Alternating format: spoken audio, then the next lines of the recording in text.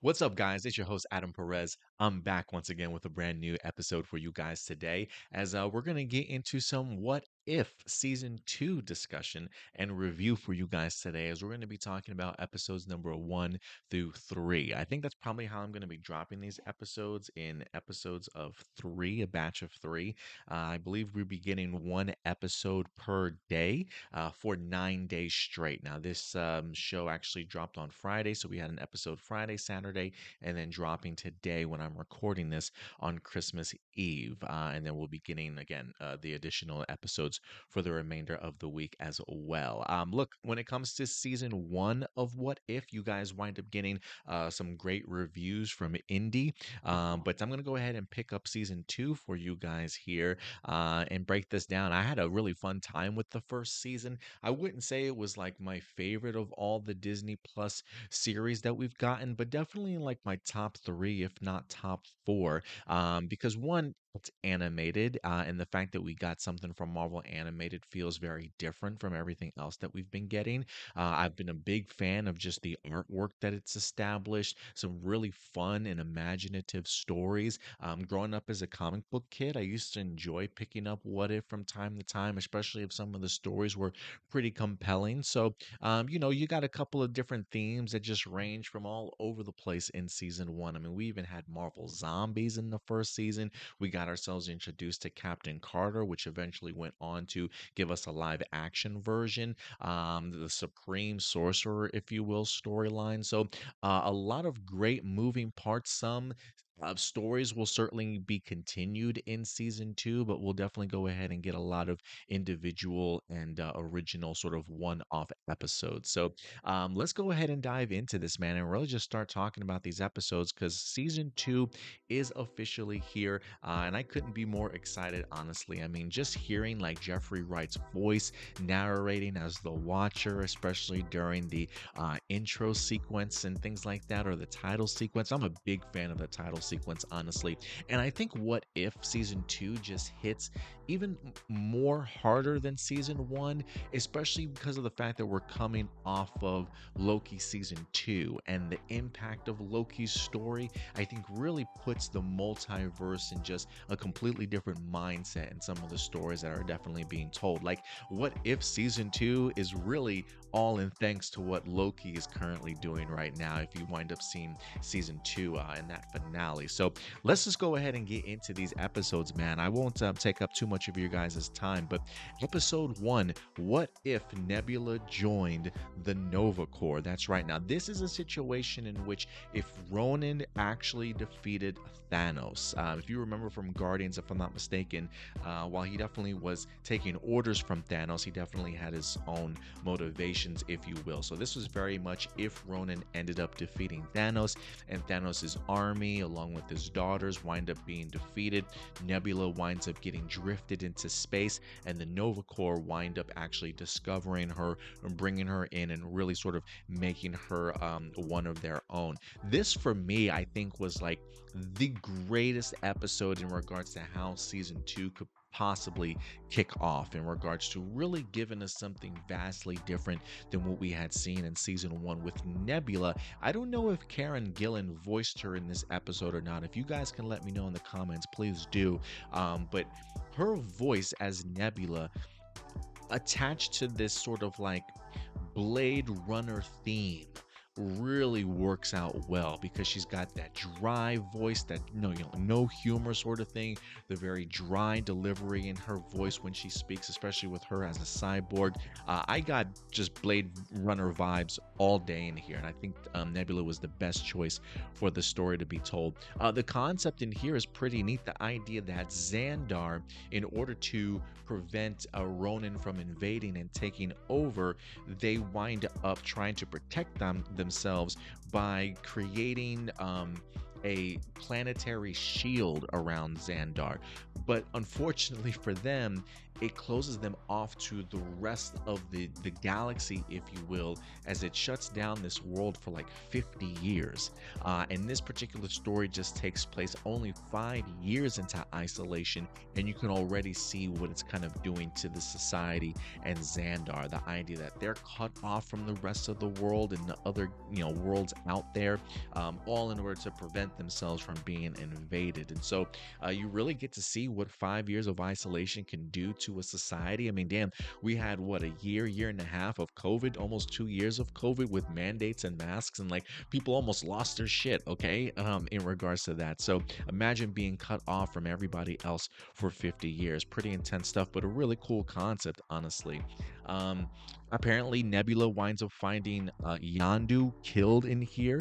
Yandu is holding on to codes that apparently will go ahead and bring down the shield. So we find ourselves really in like a true detective kind of story, if you will, of Nebula trying to figure out who is in fact trying to lower the shields. And we eventually come to find out it is in fact Nova Prime herself that actually, who is actually the person that set Nebula up for taking on this particular task. It's in fact Nova Prime that's actually the one that wants to go ahead and bring down the shields, because I guess apparently she winds up brokering a deal between her and Ronan, and is willing to kind of give everything up after she's the one that sort of encapsulated or wind up closing off Xandar from certainly everybody else. This episode to me, not only was it gritty and dark, and again, getting into those really deep sci-fi vibes, but I think the supporting characters in here just went a really long way. Bringing in Howard the Duck for the humor, I thought was great. The character that Taika Waititi voices from Thor Ragnarok and the other Thor movies, the Rock guy, I don't know why his name is I'm blanking on his name right now, but he was certainly in here also. They made a really great sort of supporting cast, really bringing some humor and some levity to a very dark episode, if you will. But the concept and idea of trying to see like a new Guardians of the Galaxy team kind of form together, with Nebula taking on Yondu's fin, even rocking his Ravager jacket while she's in her Nova Corps armor. I thought that was pretty cool. I love the idea of the comment that she gives to Howard the Duck, in the sense of like, well, maybe you should give you some style. And Howard's kind of pissed off. He's like, what? I have style. I'm wearing a freaking bandana here. He's rocking his red bandana, acting like Rambo sort of thing. But this was fun. I thought the characters got along great in regards to it. It feels like a brand new Galaxy, Guardians of the Galaxy sort of team. This is a mashup of characters I personally would like to kind of see more of, and considering the fact that, again, we have seen some of these characters in live action before, with Captain Carter coming over from season 1 into Doctor Strange and the Multiverse of Madness. I'm still going to keep my hopes up that some of these characters do make it into live action. But again, when it comes to episode number 1, man, I honestly thought that they did a fantastic job with it and really set it apart. And for me, it's like, I don't know what other episode is going to meet that sort of standard of What If Season 2. But look, we wind up getting 2 more episodes here this week. In episode 2, which is What If Peter Quill Attacked Earth's Mightiest Heroes. Now, this is very much Peter Quill as a kid. The idea here is that Yondu, upon picking up and kidnapping Peter on Earth, the story normally goes that Yondu has a change of heart and does not drop off Peter to the planet Ego and raises him as a Ravager. Whereas in this story, Peter Quill is delivered to Ego, and thus you wind up having planet Ego's kind of main plan go into fruition and actually start to happen. And so Peter winds up really getting these celestial powers and sharing them from Ego, and is really kind of put on this mission to really destroy everything. I mean, it's not until later into this episode where you come to find out from Thor himself that he has literally destroyed realms. And the fact that they wind up putting Peter Quill at some point in time sort of in the same capsule that they harnessed the Hulk in from the first Avengers, I think is pretty damning and pretty telling as to how powerful Peter Quill is here, even if he is in fact a kid.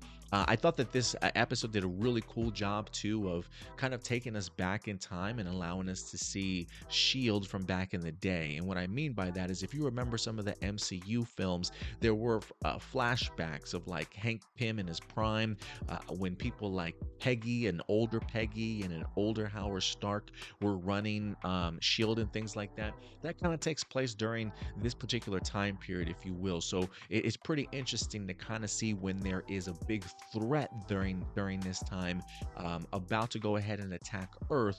Who are the heroes that Peggy and Howard Stark wind up sort of bringing together? So think of very much an early version of the Avengers before we wind up getting our Avengers in this particular timeline. And that particular team wind up consisting of Ant-Man as Hank Pym, Goliath by Bill Foster. We even have the addition of the Winter Soldier, which I thought was fascinating just because of the fact that Howard Stark and Peggy knew him at one point in time, but just heard whispers of him as the Winter Soldier. So I thought that was pretty compelling. We had Black Panther in here, but by King T'Chaka. So very fascinating choice. And Dr. Wendy Lawson from the first Captain Marvel movie, I thought was really great, as she's sort of in here as a Kree soldier and a scientist. And then last but not least, a last minute addition of Thor to go ahead and pop back up in this particular episode. So I thought it was pretty cool, a pretty formidable group if you ask me. The action in here was pretty interesting. Like, how does an Avenger team such as this face off against not only Peter Quill, but also the idea of facing off against his father and Ego towards the end. So some really great action sequences in there. But if anything, the one thing that I kind of took away or appreciated in here was the idea that Hope, um, Hank Pym's daughter, Hope, is certainly in here. And I love the fact that she just treats Peter very much as a kid, not sort of as this atomic, lethal weapon that the rest of the team sort of looks at him as. So when Hope is the one that kind of breaks him free of his prison and allows him to kind of just go, escape and do his own thing, sort of thing, it did make me chuckle. But then when you come to find out that Peter really just wants to go ahead and visit his mom on Earth, and only to come to find out that she's been killed and that she's dead.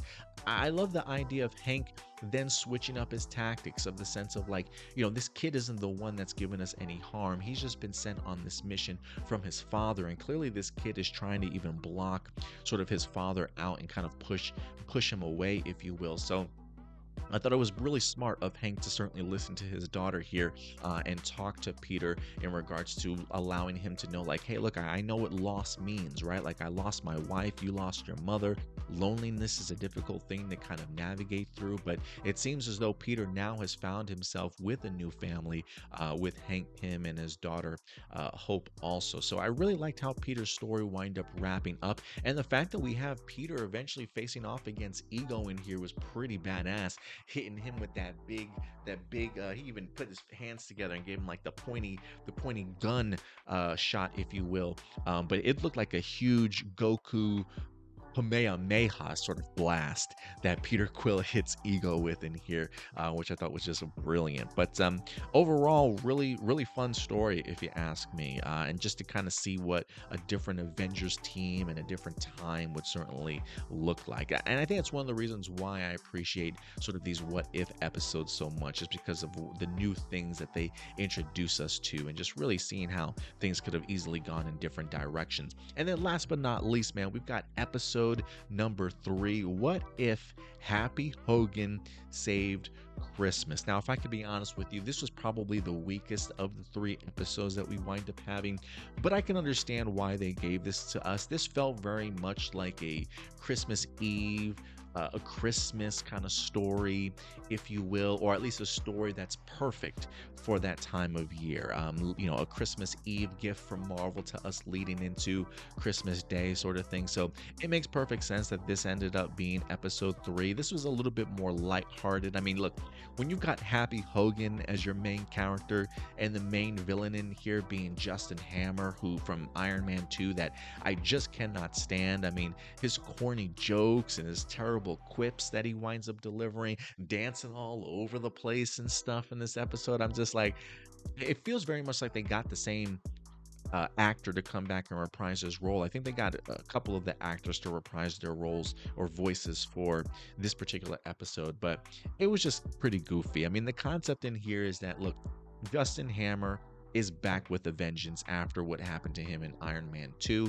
I'm assuming this guy has escaped and he's back to ruin Tony's life, if you will. He's in the process of trying to look for some samples of Hulk blood that Tony apparently has been working with.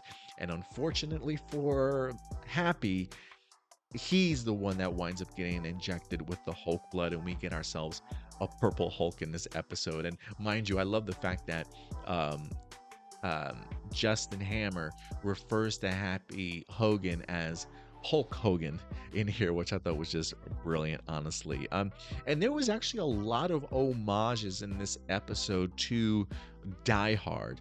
And if you guys are, you know, on the side of Die Hard being a Christmas movie, I think Marvel has made their claim that Die Hard is a Christmas movie with this episode. I mean, they've got Happy Hogan crawling through air ducts like Bruce Willis. He's like, throw a holiday party. What could go wrong, right? And instead of the lighter, he's got the cell phone in his hand, sort of thing. He says it just like Bruce Willis also. And even seeing Hans Gruber falling off the tower at the end, we get that same exact slow motion scene here with Justin Hammer as he's falling off of Avengers Tower before he's eventually saved, of course. I mean, they're not going to let Justin Hammer go splat on the ground in an animated Marvel series. But some really great sort of homages to Die Hard. So I was a really big fan of that also. But yeah, it is what it is. Darcy is in here, which adds for some great levity. Maria Hill is here. I think Kat Dennings actually does her voice in here also, in Colby Smulders. So in that regards, look, if you're looking for something not too serious, if you want to just put on an episode during Christmas, What If episode 3 is probably the one that you're looking for. But overall, I would certainly recommend checking out all of these. And I'm sure Christmas we're going to get an episode 4, and again, brand new episodes all the way until we get episode number 9. But guys, look, if you've had the opportunity to check out the first 3 episodes of What If, I want to know yours. These are just simply my A+ opinions. At the end of the day, though, I want to know yours, so let your thoughts be known down below. But good, strong start, if you will, for season 2. There's a couple of other episodes that I think Stuart and myself talked about in a previous week of A+ Hero Report when we broke down the episode titles. I mean, I've been impressed with the first 3 in general, and I don't even think any of those were like on my top 3 most anticipated episodes. So I'm definitely looking forward to the rest of the season, but let me know how you guys like it as well. But until next time, guys, do me a big favor as always. Take care of yourselves, take care of each other, and keep it A+. I'll talk to you guys later. Bye.